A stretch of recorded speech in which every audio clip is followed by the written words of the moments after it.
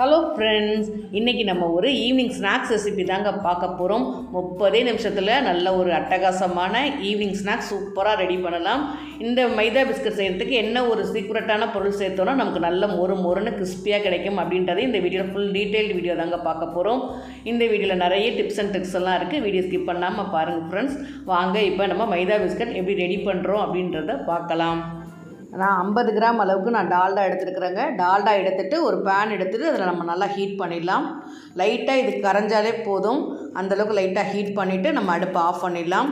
இந்த டால்டாக்கு பதில் நீங்கள் வெண்ணெய் இல்லைனா நெய் எது வேணாலும் சேர்த்துக்கலாம். நல்லா சூடு வந்துருச்சு. நான் அடுப்பு ஆஃப் பண்ணிவிட்டேன். அடுத்து மைதா பிஸ்கட் செய்கிறதுக்கு தேவையான அளவுக்கு ஜீனி எடுத்துக்கிறேன். மெஷரிங் கப்பில் 3/4 கப் அளவுக்கு ஜீனி எடுத்துருக்கேன். இது 150 கிராம் அளவுக்கு வரும். ஒரு பெரிய பிளேட் எடுத்துகிட்டு ஜீனியை சேர்த்துட்டேங்க. இப்போ மெஷரிங் கப்பில் 1/4 கப் அளவுக்கு தண்ணி சேர்த்துக்கிறேன். இது 50 ml அளவுக்கு வரும்.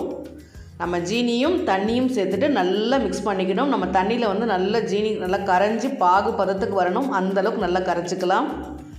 இந்த ஜீனி கரைக்கிறது மட்டும்தாங்க இதில் வேலை நமக்கு. இது நம்ம ரெடி பண்ணிட்டோன்னா நம்ம பிஸ்கட் பொரித்து எடுக்கிறது ரொம்பவே ஈஸி.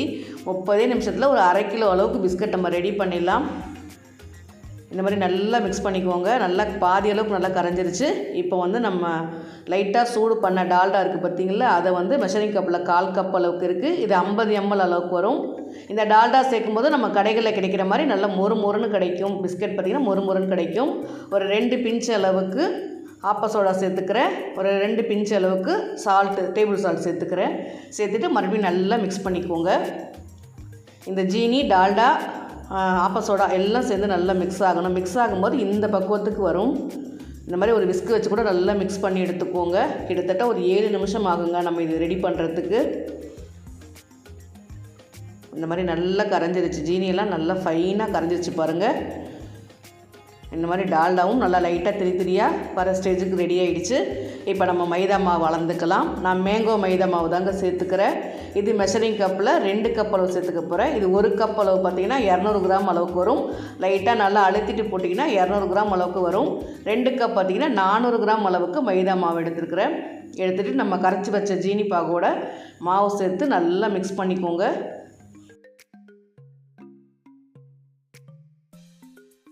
இந்த மாதிரி நல்லா மிக்ஸ் பண்ணிக்கணும்.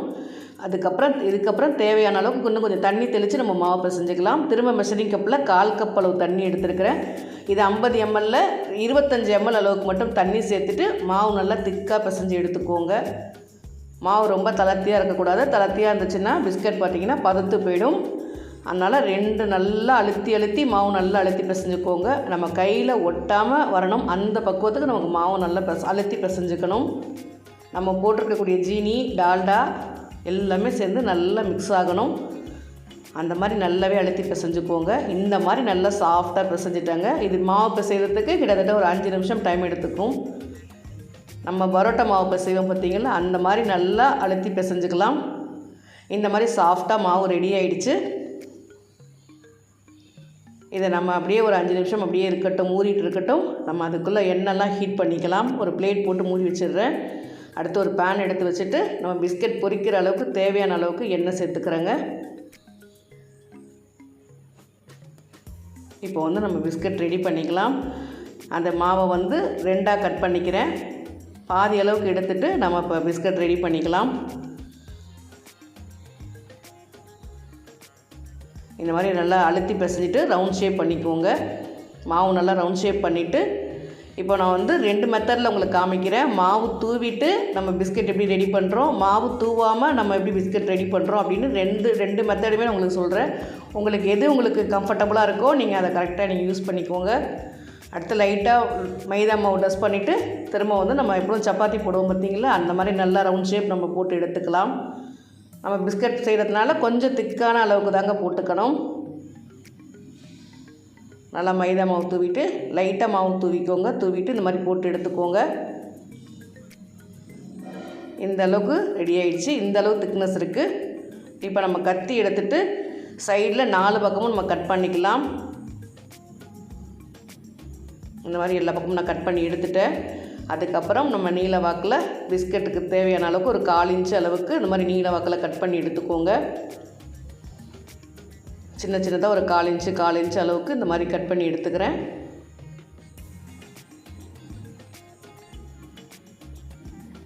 திரும்ப வந்து நடுவில் ஒரு சின்னதாக ஒரு கோடு போட்டு அதையும் கட் பண்ணி எடுத்துக்கலாம். நடுவில் பாருங்கள் பிஸ்கட் பார்த்திங்களா எந்த அளவுக்கு நல்லா ஃப்ளஃபியாக இருக்குது. இது வந்து ஒரு பிளேட் எடுத்துகிட்டு பிளேட்டோட பின் பக்கத்தில் நல்லா துடைச்சிட்டு இந்த பிஸ்கெட்டெல்லாம் அப்படியே ரெடி பண்ணி எடுத்து வச்சுக்கோங்க. இப்படி போடும்போது ஒரு ஒரு பிஸ்கட் வந்து ஒன்றோட ஒன்று ஒட்டவே ஒட்டாதுங்க. இந்த மாதிரி ஒன்று ஒன்றா போடுறதுனாலும் நீங்கள் போடலாம். இல்லைன்னா இந்த மாதிரி பின்பக்கத்தில் இருக்கும்போது நீங்கள் கரண்டியால் கூட பாதி அளவுக்கு தள்ளி விட்டுக்கலாம். தள்ளி விட்டிங்கன்னா ஒரு பிஸ்கட் வந்து ஒன்றோட ஒன்று ஒட்டாமல் வரும். நம்ம பொரிக்கும் போது ஒன்றோட ஒன்று ஒட்டாமல் வரும்.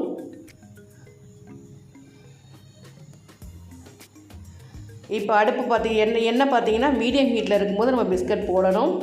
பாதி அளவுக்கு லைட்டாக வெந்ததுக்கப்புறம் அடுப்பு பார்த்திங்கன்னா ஃபுல் ஃப்ளேம் வச்சுக்கோங்க. வச்சுட்டு அதுக்கப்புறம் நல்லா நம்ம வேக வச்சுக்கலாம். ஓரளவுக்கு நல்லா நிறம் மாற ஆரம்பிச்சிருச்சு. ஆரம்பிக்கும் போதே நம்ம நல்லா ஃபுல் ஃப்ளேம் வச்சுக்கலாங்க. வச்சுட்டு அதுக்கப்புறம் நீங்கள் பிஸ்கட் பொரித்து எடுத்துக்கோங்க. எல்லா பக்கமும் நல்லா திருப்பி விட்டு பொரித்து எடுத்துக்கோங்க. ஓரளவுக்கு நல்லா நிறம் மாறி நமக்கு பிஸ்கட் கலர் நல்லா வந்துருச்சு. இந்த ஸ்டேஜில் எண்ணெய் இல்லாமல் நல்லா வடிகட்டி எடுத்துக்கோங்க. நம்ம இந்த மாதிரி பிஸ்கட் எடுக்கும்போது ஃபஸ்ட்டு பார்த்திங்கன்னா ஒரு 2 நிமிஷத்துக்கு நல்லா சாஃப்டாக தாங்க இருக்கும். அது 2 நிமிஷம் கழித்து பார்த்திங்கன்னா நல்லா மொறுன்னு கிறிஸ்பியாக ஆகிடும். இன்னொரு மெத்தட் பார்த்திங்கன்னா நம்ம மைதா மாவுலாம் தொடாமலே நம்ம பிஸ்கட் ரெடி பண்ண போகிறோம். இந்த மாதிரி நல்லா ரவுண்ட் ஷேப் தேய்ச்சிக்கோங்க. தேய்ச்சிட்டு 4 சைடும் கட் பண்ணி எடுத்துக்கோங்க. நமக்கு மாவோட திக்னஸ் பார்த்திங்கன்னா இந்த அளவுக்கு இருக்கணுங்க. ஒரு 1/4 இன்ச் அளவுக்கு நமக்கு திக்னஸ் இருக்கணும்.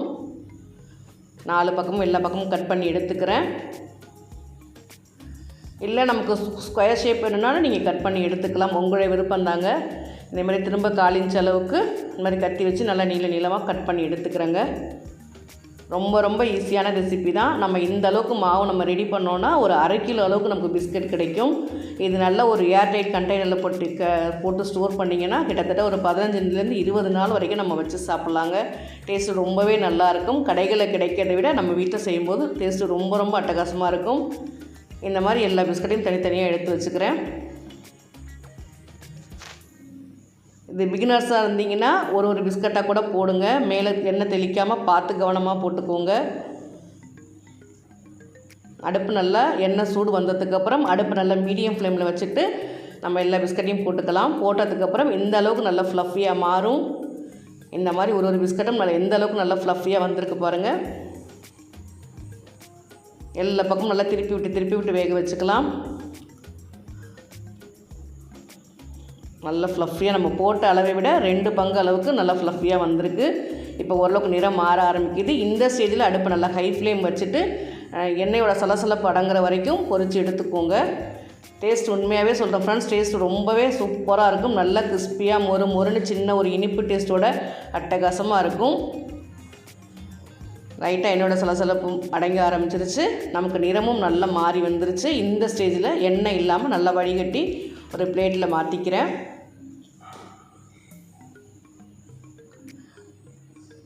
சூப்பராக ரெடி ஆகிடுச்சு ஃப்ரெண்ட்ஸ். இந்த மாவோட அளவுக்கு பார்த்திங்கன்னா எனக்கு 1/2 கிலோ அளவுக்கு பிஸ்கட் கிடச்சிருக்கு. நல்ல மொறுன்னு அட்டகாசமான டேஸ்ட்டில் சூப்பராக இருக்குது. என்னோடய ரெசிபி பிடிச்சிருந்துச்சுன்னா மறக்காமல் ஒரே லைக் மட்டும் கொடுங்க.